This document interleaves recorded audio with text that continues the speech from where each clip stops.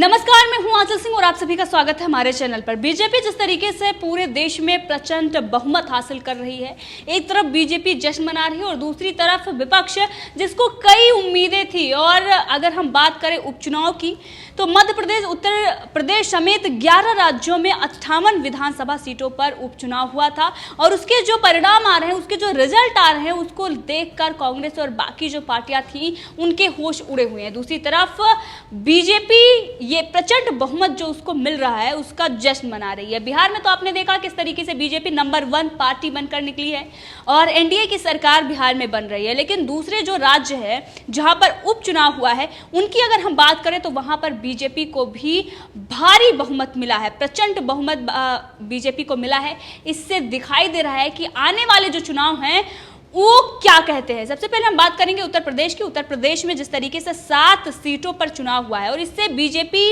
यानी कि योगी आदित्यनाथ की सरकार पर कोई भी फर्क नहीं पड़ने वाला है। लेकिन ये दिखाता है कि 7 में से 6 सीटें बीजेपी को मिल रही है, बीजेपी उस पर लीड कर रही है। इससे ये साफ नजर आ रहा है कि कांग्रेस जो इतने हथकंडे अपना रही थी, कांग्रेस जो इतने आर्टिफिशियल मुद्दे खड़े कर रही थी, प्रियंका गांधी वाड्रा ने उत्तर प्रदेश को गढ़ बनाया, किस तरीके से हाथरस तमाम ऐसी घटनाओं को आपने कोविड-19 के मामले में देखा, प्रियंका गांधी वाड्रा की तरफ से की गई, लेकिन सब कुछ नाकाम रहा है। योगी आदित्यनाथ का काम बोलता है और बोल भी रहा है। तो योगी आदित्यनाथ जिस तरीके से उनको बहुमत पहले से हासिल है और ये जो यूपी की 7 सीटों में से 6 सीटों पर जिस तरीके से बीजेपी लीड कर रही है, ये साफ दिखाई दे रहा है कि आने वाले जो चुनाव हैं उत्तर प्रदेश के वो क्या कहते हैं। इससे ये साफ दिखाई दे रहा है। इसी के साथ हम बात करेंगे गुजरात की। जी हाँ, गुजरात में 8 सीट हैं और 8 पर बीजेपी लीड कर रही है, यानी कि बीजेपी ने सबका सूपड़ा साफ कर दिया है। बीजेपी नंबर 1 पार्टी पूरे देश में बनी हुई है। और आज अगर हम देखें तो चाहे बिहार चुनाव हो या उपचुनाव के जिस तरीके से रिजल्ट आ रहे हैं, जिस तरीके से परिणाम आ रहे हैं, ये कहना गलत नहीं होगा कि प्रधानमंत्री नरेंद्र मोदी का जादू चल रहा है और आंधी नहीं, एक तूफान आया हुआ है प्रधानमंत्री नरेंद्र मोदी का। जिस तरीके से उन्होंने विकास के काम किए हैं, कोविड-19 हो या फिर राज्य सरकार जहां पर बीजेपी की सरकार है, वहां की जनता भी कोविड-19 के मामले में या जिस तरीके की व्यवस्था बीजेपी की सरकार की तरफ से की गई है, जनता इस बात को समझ रही है। जहां जहां पर कांग्रेस या उनकी गठबंधन वाली सरकार है, वहां पर जनता का क्या हश्र है ये जनता देख रही है। इसी के साथ जो 58 सीटें हैं उसमें 40 से ज्यादा जो सीटें हैं 11 राज्यों में, वहां पर बीजेपी लीड कर रही है। यानी आप समझ रहे हैं कि जो बहुमत है, जनता का मत है, वो किसके साथ है, जनता किसको चुन रही है, प्रधानमंत्री नरेंद्र मोदी के। क्योंकि गुजरात की अगर हम बात करें तो ये जो 8 सीटें मिली हैं ये प्रधानमंत्री नरेंद्र मोदी की ही बदौलत 8 सीटें मिली हैं। उत्तर प्रदेश में योगी आदित्यनाथ की जिस तरीके से उन्होंने काम की है, उनके मेहनत की वजह से ही आज 7 सीटों में से 6 सीटें बीजेपी की हैं।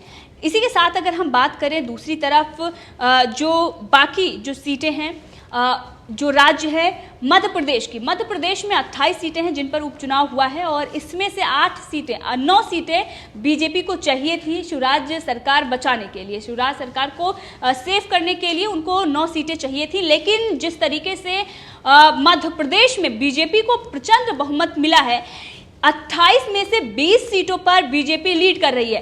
कांग्रेस जो इस आश में थी कि जिस तरीके से धोखे से उन्होंने सरकार बनाई थी, जनता को झूठे झूठे वादे किए थे जिसके बाद सरकार उनकी चल नहीं पाई थी, क्योंकि जनता उस बात को समझ रही थी। और ज्योतिरादित्य सिंधिया ने जिस तरीके से बगावत की, क्योंकि जनता की जो मांगे थी कमलनाथ उसको पूरा नहीं कर रहे थे, किस तरीके से वो सिर्फ और सिर्फ जो उनको सत्ता मिली थी, पावर मिली थी, उसका दुरुपयोग कर रहे थे, जिसके बाद उनकी सरकार गिरी थी।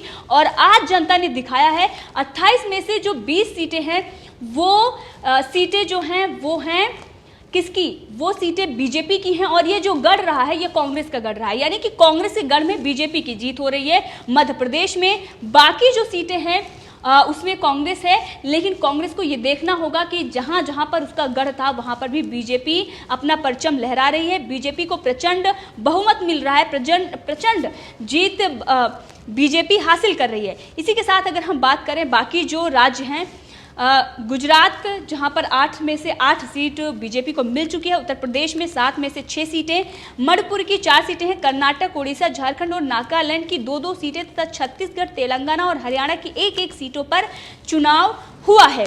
अब जिस तरीके से मध्य प्रदेश का जो चुनाव था वो शिवराज सिंह चौहान जो वहाँ के मुख्यमंत्री हैं उनका भविष्य तय करता है, लेकिन जिस तरीके से सीटें उनको मिल रही हैं अब वो काफ़ी आगे निकल गई हैं, कोई भी टक्कर में नहीं है, दूर दूर तक कोई नहीं दिखाई दे रहा है। उत्तर प्रदेश में जो सीटें थीं वो बहुमत से काफ़ी ज़्यादा है योगी आदित्यनाथ के पास। ये जो 7 में से 6 सीटें उनको मिली हैं ये दिखाती हैं कि जो आने वाला चुनाव है कितने भी हटगंदे, कितने भी प्रोपेगेंडे बाकी पार्टियों की तरफ से, चाहे वो अखिलेश यादव हों या इसी के साथ प्रियंका गांधी वाड्रा हों, कितने भी इनके तरफ से ड्रामे या प्रोपेगेंडे फैला लिया जाए, लेकिन जनता समझ रही है कि बेटर विकास का काम कौन कर रहा है, अच्छा काम कौन कर रहा है, इसीलिए जनता उनको चुन रही है। इसी के साथ अगर हम बात करें, छत्तीसगढ़ में 1 सीटें हैं जिस पर कांग्रेस लीड कर रही है, हरियाणा में 1 ही सीट थी जिस पर कांग्रेस लीड कर रही है, झारखंड में जहां पर कांग्रेस की सरकार है और गठबंधन की सरकार है वहां पर बीजेपी 1 पर है और 1 पर है कांग्रेस। इसी के साथ कर्नाटक में 2 सीटें हैं, दोनों पर बीजेपी लीड कर रही है।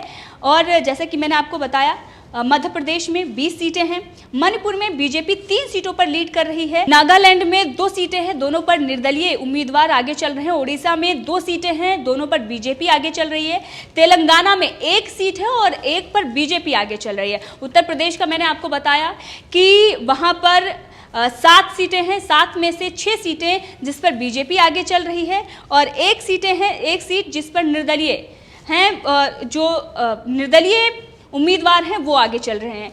तो अब जिस तरीके के ये रुझान आए, जिस तरीके से ये आंकड़े सामने आ रहे हैं, बीजेपी को प्रचंड बहुमत मिल रहा है एक तरफ से, और दूसरी तरफ से अगर हम देखें तो कांग्रेस का सुपड़ा साफ जो बाकी राज्य हैं वहां से भी। इससे पहले जो चुनाव हुए थे तो कांग्रेस को थोड़ी आश जगी थी कि कहीं पर उनकी सरकारें बन रही हैं, वो वापसी का अपना रास्ता देख रहे थे, क्योंकि जिस तरीके से मध्य प्रदेश, राजस्थान, छत्तीसगढ़, झारखंड में भी उन्होंने गठबंधन की सरकार बनाई थी, लेकिन अब जो जिस तरीके से चाहे वो बिहार हो या इसी के साथ जो उपचुनाव है वहां पर जहां पर सरकार जो गठबंधन की कांग्रेस की है वहां पर बीजेपी लीड कर रही है, वहां पर भी बीजेपी को बहुमत मिल रहा है। ये दिखाई देता है कि आने वाले दिनों में कांग्रेस की जो मुश्किलें हैं वो बढ़ नहीं गई हैं बल्कि बहुत ज्यादा बढ़ गई है। अब कांग्रेस को वापसी करना बहुत ज्यादा मुश्किल हो गया है। कांग्रेस को ये समझना चाहिए कि जिस तरीके से रुझान आ रहे हैं, जिस तरीके से जनता का जो मत है वो बीजेपी के साथ है। जहां पर आप देखें जो 11 स्टेट जो उपचुनाव हुए हैं, 58 सीटों में से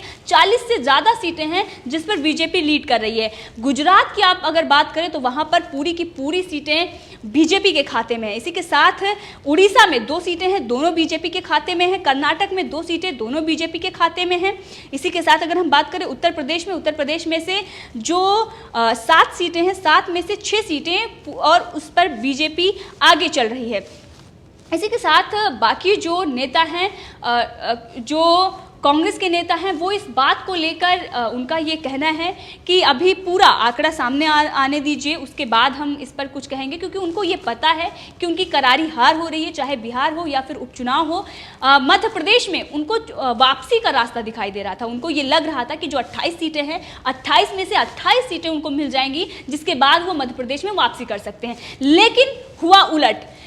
जो जनता देख रही है जिस तरीके से बाकी प्रदेशों के हाल हैं, और शिवराज सिंह चौहान जो जनता की भलाई के लिए काम कर रहे हैं, ज्योतिरादित्य सिंधिया आपने देखा, ज्योतिरादित्य सिंधिया ने जब से बीजेपी का दामन थामा है, कांग्रेस कई उन पर वार करती आई है। और ये जो चुनाव था, ये ज्योतिरादित्य सिंधिया का जो जिस तरीके से वो बीजेपी में जाते हैं और उसके बाद उनके जो समर्थित लोग होते हैं वो भी बीजेपी के पक्ष में जाते हैं, लेकिन कांग्रेस ये दावा करती है कि ये जो जनता है वो जहां पर कांग्रेस का गढ़ है वो कांग्रेस का ही रहेगा, ज्योतिरादित्य सिंधिया के जाने से कोई फर्क नहीं पड़ेगा। लेकिन अब ये साफ दिखाई दे रहा है कि 28 सीटों में से 20 सीटें बीजेपी को मिलती हैं, तो ये जाहिर सी बात है कि ज्योतिरादित्य सिंधिया के जाने के बाद कांग्रेस को बड़ा झटका लगा है। और ये अब साफ दिखाई दे रहा है उपचुनाव में, आने वाले चुनाव में कितना बड़ा झटका कांग्रेस को लगता है ये भी देखना होगा। इसी के साथ शिवराज सिंह चौहान ने ट्वीट किया, उन्होंने लिखा कि मजदूरों के हित में आजीवन कार्य करने वाले कर्मठ, सेवाभावी चिंतक और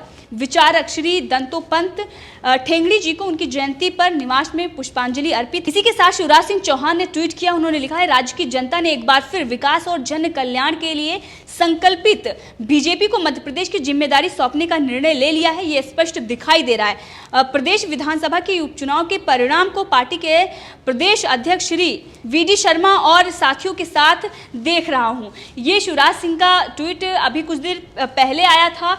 जिस तरीके से परिणाम आ रहे हैं, जिस तरीके से बीजेपी को प्रचंड बहुमत मिल रहा है, इसको देखकर शिवराज सिंह चौहान ने ये ट्वीट किया था। साथ में अगर बाकी राज्यों की बात करें तो हमने आपको आंकड़े बताए हैं कि किस तरीके से बीजेपी को भारी बहुमत मिल रहा है। दूसरी तरफ अगर हम देखें तो बीजेपी बिहार में जिस तरीके से बीजेपी को जो भारी बहुमत मिल रहा है और बाकी जो उपचुनाव है उसमें भी बीजेपी जीत रही है। गुजरात में जिस तरीके से बीजेपी ने बाकी पार्टियों का सुपड़ा साफ किया है और बीजेपी ने 8 जो सीटें हैं उस पर जीत हासिल की है और ये प्रधानमंत्री नरेंद्र मोदी को जाती है, इसका जो श्रेय है। और इसी के साथ उत्तर प्रदेश में जिस तरीके से सीटें मिली हैं, जो 7 में से 6 सीटें वो योगी आदित्यनाथ के खाते में जाती हैं, क्योंकि उन्होंने जिस तरीके से काम किया उत्तर प्रदेश में, इसीलिए